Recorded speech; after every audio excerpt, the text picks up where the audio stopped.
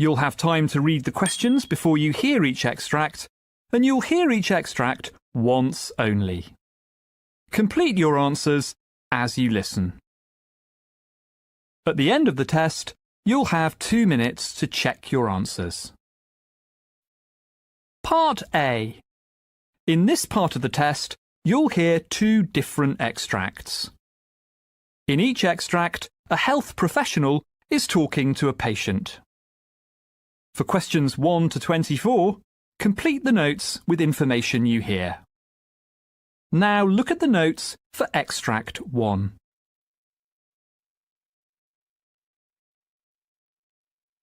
Extract 1, questions 1 to 12.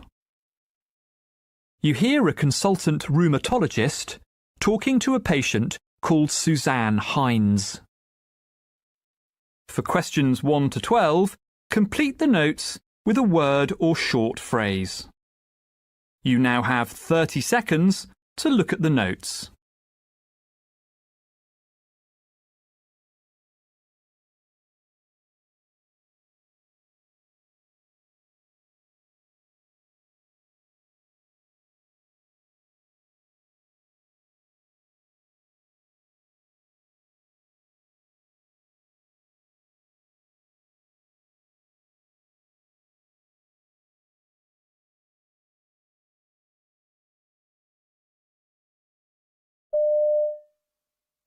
Afternoon, Mrs. Hines. Now, you've been referred to me by your GP. That's right. OK, so I've got some notes here with his referral letter, but it'd be helpful if you could tell me in your own words about the problems you've been having. Well, I've been having various symptoms recently. Apart from generally feeling tired, I've started noticing how chapped my lips were. I'm always using lip salve. Then, on top of that, I began getting quite a few mouth ulcers, and they're really sore. Oh, and something else. I've always gone regularly to the dentist and, well, I used to have the odd filling, but now she keeps finding dental cavities, so I'm always having them done. I see.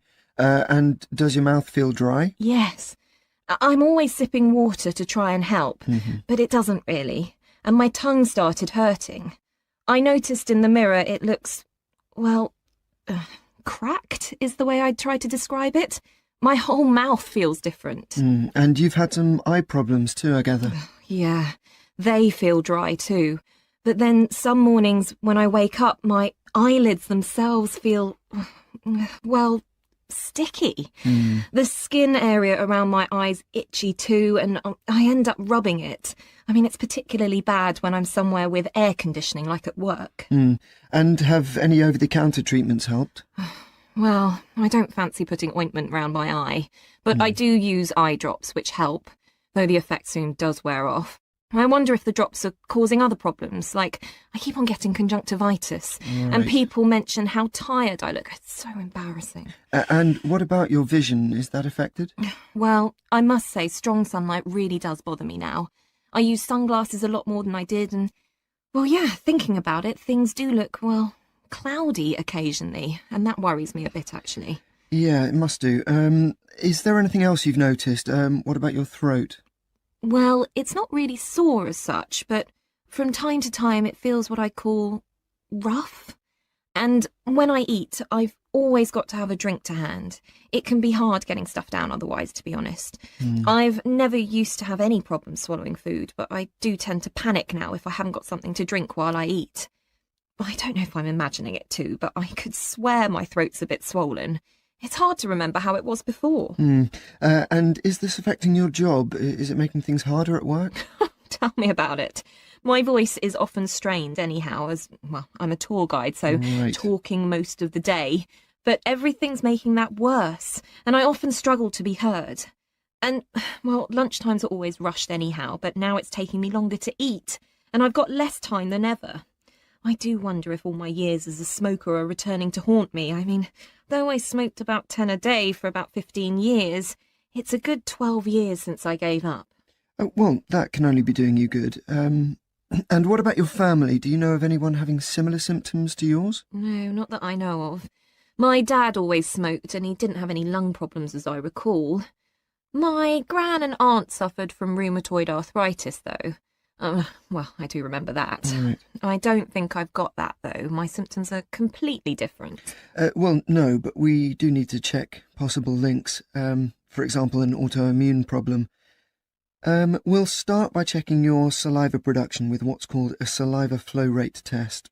Okay, that sounds straightforward. Yes, it's pretty self-explanatory. But I'm also going to recommend a biopsy of your lip, the lower one. Oh, that sounds odd. What for exactly? Well, it'll let us see the salivary gland tissue. Don't worry, you won't feel anything. It's done under local anaesthetic. And you've not had a thyroid function test, so I might recommend that you have one of those, depending on the earlier test results. Okay, fine. Well, anything that sorts out this problem.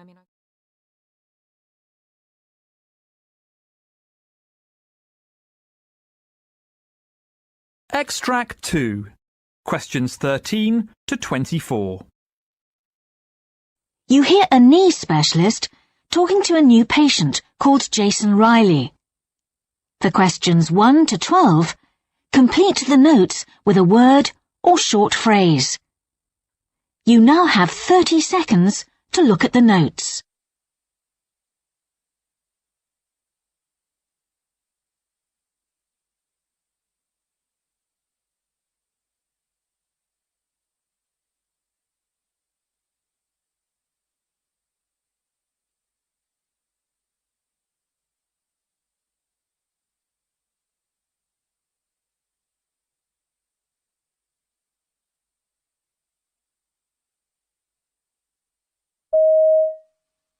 So, Mr. Riley, you've been referred to me because of a problem with your knee, is that correct? Yes, it's my right knee. It's very painful. Okay. I've got some information here from your GP, who's treated you for bursitis, but can you tell me about how this developed and what's happened so far? Well, about 2 years ago now, my knee, this knee, swelled up and was really big. It didn't hurt, and it just looked really strange. I'd been on a week's golf holiday in Portugal, and the knee was a bit dodgy all the time I was there. Well, when I got home and the wife saw it, she sent me off to the GP straight away, who said that it was what people used to call housemaid's knee. That caused a few laughs at home, I can tell you. Then I remembered that my mum used to get that in her shoulder. It's really called bursitis, isn't it? Yes. But he said not to worry, to rest up a bit and wait and see if it went away. And it did in a few weeks. Right. So I was okay for a while. Then about a year ago, I got a new job.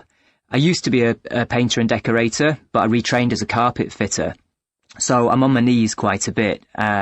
Goes with the job. And after a while, this must be about 6 months ago, the knee swelled up again. It looked really red this time, and I had a sort of dull pain as well that got worse. Okay. Also, I felt slightly shivery and feverish. The GP said I probably had an infection and gave me some antibiotics for 10 days or so. That seemed to do the trick, and I felt much better, but the knee was still a bit swollen and it ached sometimes. Did you try painkillers? Oh yeah, after a bit, the doctor suggested ibuprofen, but that always seems to give me a tummy upset, so I stuck to paracetamol. I'm still using them on and off. At work, they put me on to doing things that didn't need a lot of kneeling when I first went back, but only temporarily. And I put ice packs on my knee to bring down the swelling as often as I could, every few hours. I tried to take breaks too. Oh, and my GP suggested some exercises to protect the knee, lying down on my back and raising the leg. Yes. Which seems to reduce the aching. In bed, I made sure I slept with a pillow under it to keep it a bit higher up too. And was your knee still swollen? Yeah, it was. So then the doctor drained off some of the fluid by sticking in a needle. I remember he said he got 20 millilitres out. Right. After that, he suggested that I try some supports in my shoes. I couldn't really see the point of that, but apparently it's to do with your arches, which I guess does affect your knees. Yes. Also, he told me to make sure that I have plenty of padding on my knees when I'm at work, and I've been doing that. Good. He told me that I should think about losing a good few kilos as well, but I like my food, as you can see, and I haven't made any progress with that so far. But things weren't getting better, so then he started giving me cortisone injections. I've had 3 of those so far. And what effect did they have? They really helped. Much less swelling, and the pain's better too. But that's the problem. He now says that with those sorts of drugs, you can't have more than 3 of them in the same knee in a year. I'm up to the limit, and it keeps coming back, so really I'm hoping you'll be able to come up with something better. Okay. Well, let's have a look, shall we? If you can...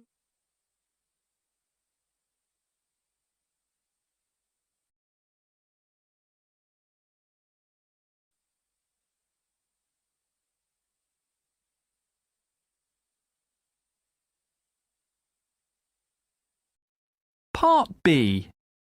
In this part of the test, you'll hear 6 different extracts.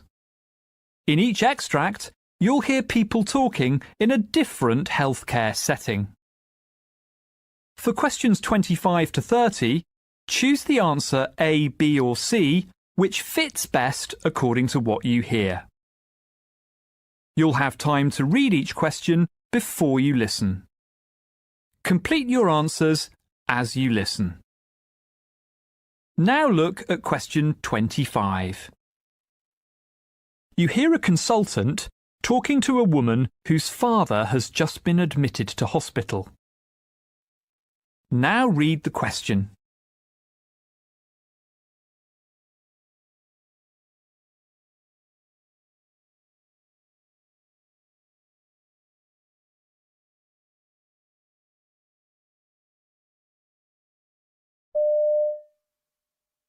So we've talked about the various things that might have caused your father to collapse. A lot of times we investigate multiple symptoms so as to rule out any life-threatening conditions. So it could take some time to get to the bottom of the problem? Possibly. In the meantime, he's quite stable now, and we're encouraged by the progress that he's making. Well, I'm glad to hear that. But at least he's not in any great discomfort, is he? According to the assessment at the bedside by his nurse, his pain is well controlled, and we'll try to keep his sedation at an adequate level until we're ready to begin treatment.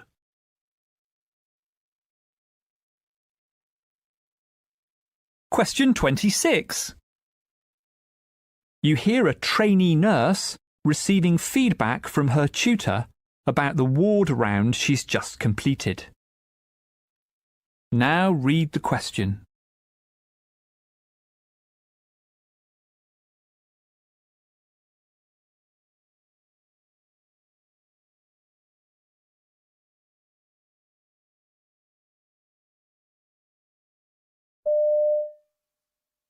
How do you feel your ward round went with that patient? Oh, I really should have told him what I was about to do, rather than just rolling up his sleeve to take his blood pressure. Yeah, it would have been preferable, but at least you realise. Thanks. I think you did your observations really well, though. You checked the patient's details are correct, you put the date in, you timed it correctly, you observed that all your parameters are within normal range, and you did the respiratory rate while you were doing your manual pulse. Yes, the pulse was quite strong and regular. And you could have passed that on to reassure the patient too. But you look back at the previous observations, put your signature at the bottom. That's all good. Thanks, okay.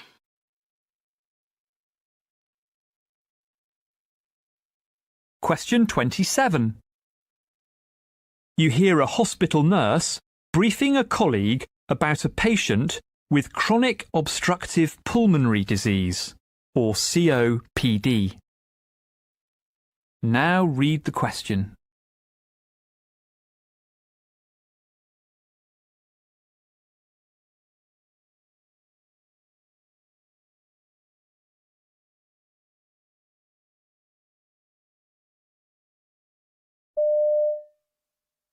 So, who's next? The patient in bed 12. She had a fall at home about a month ago, but she's otherwise independent with her day-to-day activities. Her falls risk is high given her recent history. She's been assessed by the physio, and she's on a rollator frame to ambulate. Her skin integrity is intact, and she's responded well to all treatment. Good. She's on a normal diet. The observations were last done at 6 a.m., and they were stable. Her medications are IV tazocin due at 2 p.m. and prednisone next due at 8 a.m. tomorrow. Okay. You need to check with the doctors today whether she'll continue with the IV antibiotics and whether the cannula can be removed. At this stage, they're aiming for discharge in a couple of days' time, pending discharge from the physio and also ceasing IV antibiotics. Okay, thanks.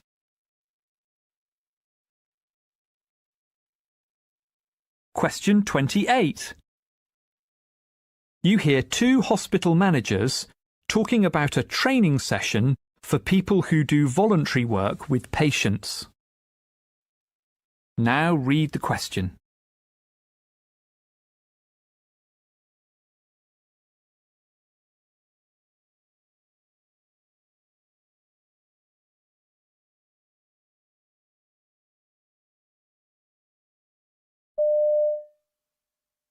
So how do you think the volunteer training course went? Well, we had a reasonable turnout, considering that these people already give up their free time to drive patients to appointments, visit inpatients, all sorts of stuff like that. It's quite a lot to ask. It's a wonder so many managed to fit in the training too. And they did seem to get something out of it, if the feedback sheets are anything to go by. From my point of view, though, I just wasn't sure whether it went into issues like customer care, confidentiality, that kind of thing, you know, in enough depth. Well, that's something we can always look into before we roll out any more. Well, I think we should.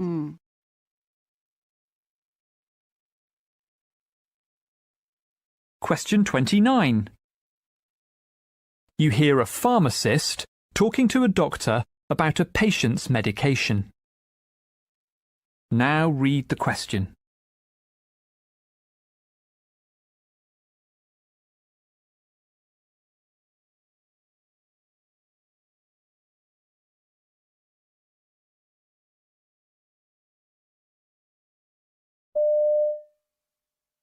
Sorry to bother you, Dr. Baker.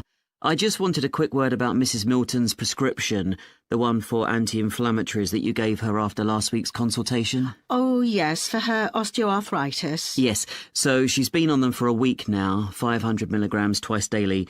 The thing is, she's just been into the pharmacy complaining of a headache ever since she started the medication. Really? Well, that does happen in some patients, but maybe switching her onto a different anti-inflammatory wouldn't be a bad idea. OK, I'll look into some options and then run them past you later, shall I? Fine, thanks.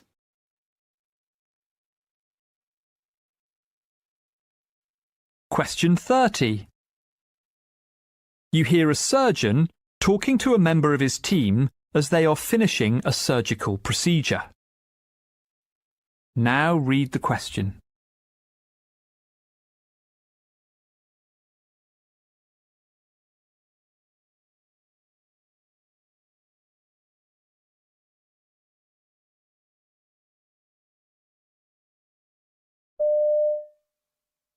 Good, there's no more bleeding. The procedure's finished.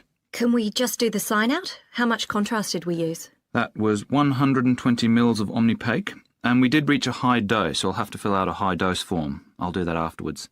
The other thing was that the ultrasound machine was giving us a few problems. Yeah, I'll have to get the technician on the phone. Do it now, though, because we'll need it if we're going to get through all our lists today. Do we need to send this patient up to HDU? Actually, everything was quite straightforward, so I'd say a regular ward bed is fine. Part C. In this part of the test, you'll hear two different extracts. In each extract, you'll hear health professionals talking about aspects of their work. For questions 31 to 42, choose the answer A, B or C, which fits best according to what you hear. Complete your answers as you listen. Now look at Extract 1.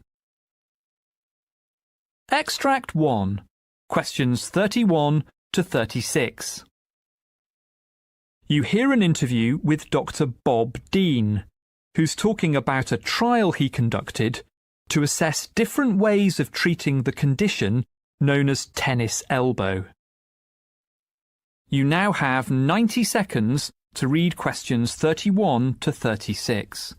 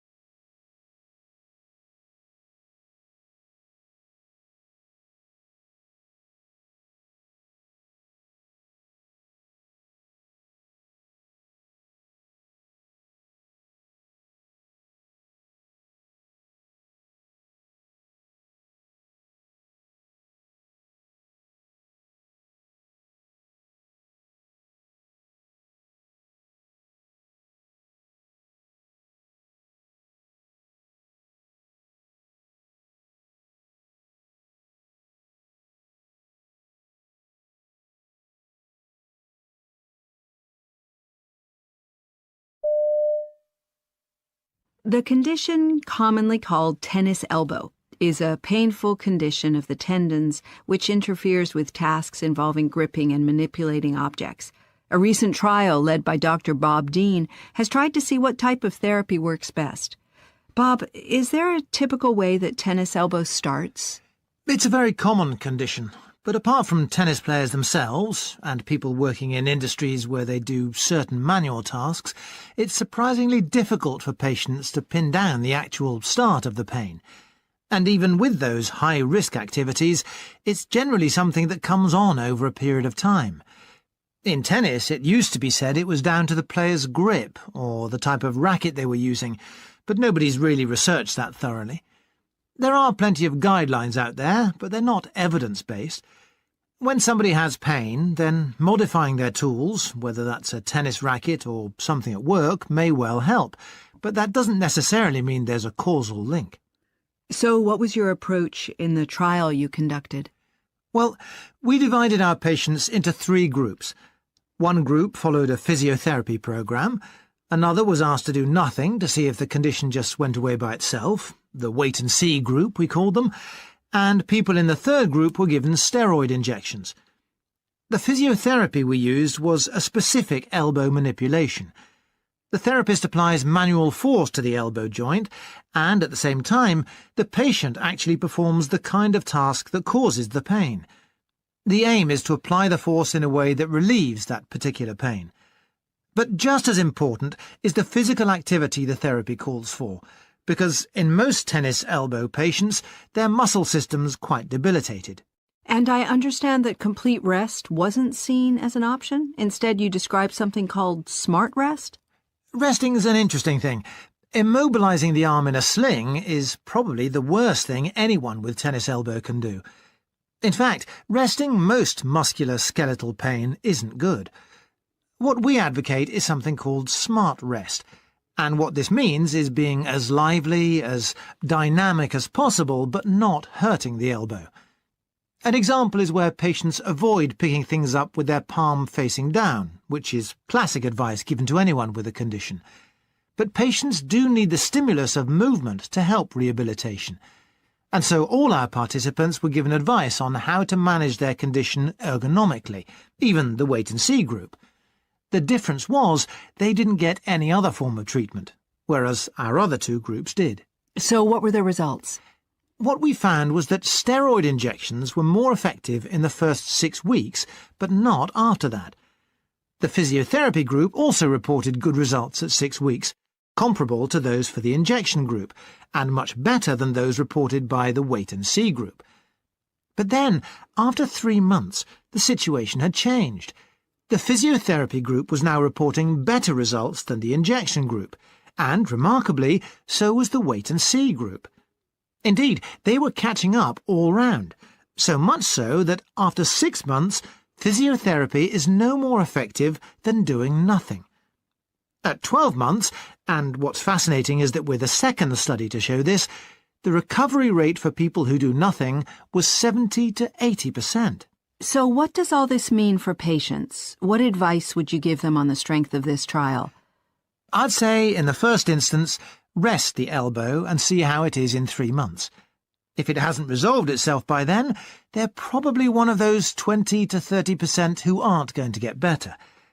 At that stage, I'd recommend they have some sensible physiotherapy. I don't think there's much evidence to support the use of steroid injections until a really good attempt's been made with the wait-and-see approach backed up by physiotherapy. But it's still worth trying at that stage because the alternative could be some quite drastic measures, even possibly surgery. I see. Now, it's quite common for people to think that if something's sore and swollen, they've got to take anti-inflammatories like ibuprofen. Are they right? Well, there have been various studies about this, and what they've found is that there's little evidence of inflammation in tennis elbow.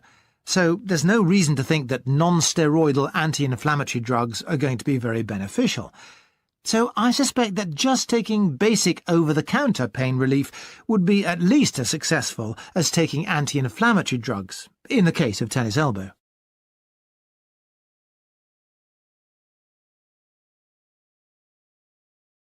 Now look at Extract 2.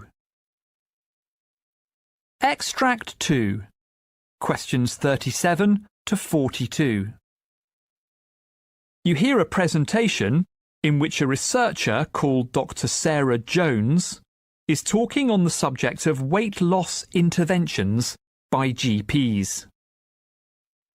You now have 90 seconds to read questions 37 to 42.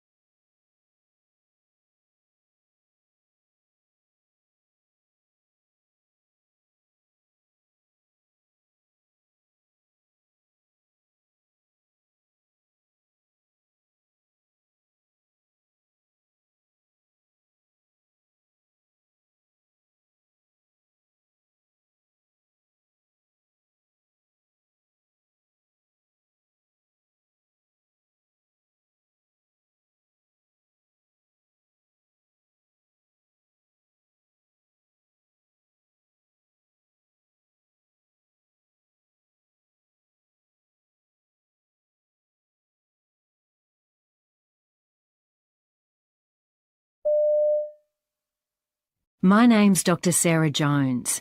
Today I'm going to be talking about brief interventions for weight loss. What that basically means is helping patients to get started on the road to losing weight, and I'll be introducing you to some exciting new work on the subject.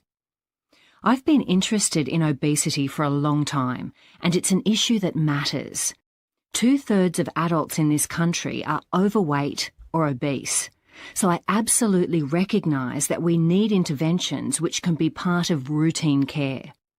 The reality is, however, that relatively few practitioners actually make such interventions, despite the fact that this is an established part of clinical guidelines in many parts of the world. Now, why is that? One reason, I think, is that they tend to have an attitude that goes, "What can I really achieve in a brief intervention?" Now, that's a reasonable concern. But when we did a review of weight management services led by health professionals, there were so few of them that it was difficult to know whether or not they made much difference. As a result, we decided to do our own trial, which we called Brief Interventions for Weight Loss. What we did was train GPs to make a very brief 30-second intervention with every patient coming into their routine clinics who had a BMI greater than 30. Basically a brief chat saying, "While you're here, have you thought about the benefits of losing some weight?" The reason for doing this was to get patients who weren't really thinking about their weight to focus on it for a moment. If the doctor raises the issue in this way, we can capitalise on that heightened awareness by offering them support. By referring them to a program, we can create lasting motivation to lose weight. So, that was the theory. How did it work out? What I'm going to say next should provide huge reassurance to practitioners. Our first step was to conduct a survey of 500 likely candidates for the trial. Although weight remains a very delicate personal issue in the public domain, only a tiny proportion of those surveyed thought it was inappropriate for their doctor to discuss weight loss on a professional basis. Given the need for urgent action on the issue, I think that's a pretty strong mandate. Anyway, as I said, this was a trial, so there were two groups of patients. With patients in the first group, the doctor formally raised the issue of weight and offered a referral to a weight management program. For patients in the other group, which was the control group, the doctor simply said, "It would be good for your health if you lost some weight." So what happened when this weight loss intervention was trialled? Well, the answer is that 3/4 of those offered referrals said, "Yes, doctor, I'd like to do that." That was an excellent start, but we're realists. And of course, they didn't actually all turn up. But nonetheless, a large number did. Of those who accepted the referral, more than half attended the program. Now, that's a fantastic result, exceeding our expectations, and indeed most of them completed it. So given that it was a completely unselected, totally opportunistic intervention, we were quite encouraged at the uptake for this program. But of course the crunch is, what happened to their weight? Well, at 3 months, people in both groups had lost weight. The control group, you remember they'd simply been advised to lose weight, but were left to their own devices in terms of what they did about it. Now, they'd lost 1.75 kilos on average. Meanwhile, the group attending a weight management program had lost significantly more, about 3 kilos. When we followed both groups up again at 12 months, patients in both remained below their baseline weight. But the intervention group had again done significantly better than those people left to manage their weight independently. This is an interesting trial because it allows us to model what the effect would be if GPs made this kind of brief intervention more widely, just once a year for each eligible patient. So, how scalable are the results? By 2035, run countrywide, such an approach could reduce the prevalence of obesity by half. That's a dramatic result, showing that these brief interventions not only help individuals, but could also lead to huge gains for everyone in terms of better health and reduced healthcare costs alone. So, to sum up, I guess what I want to convey to you is that brief, opportunistic interventions from a doctor to encourage weight loss, when made in a supportive manner, are really to be encouraged. Thank you.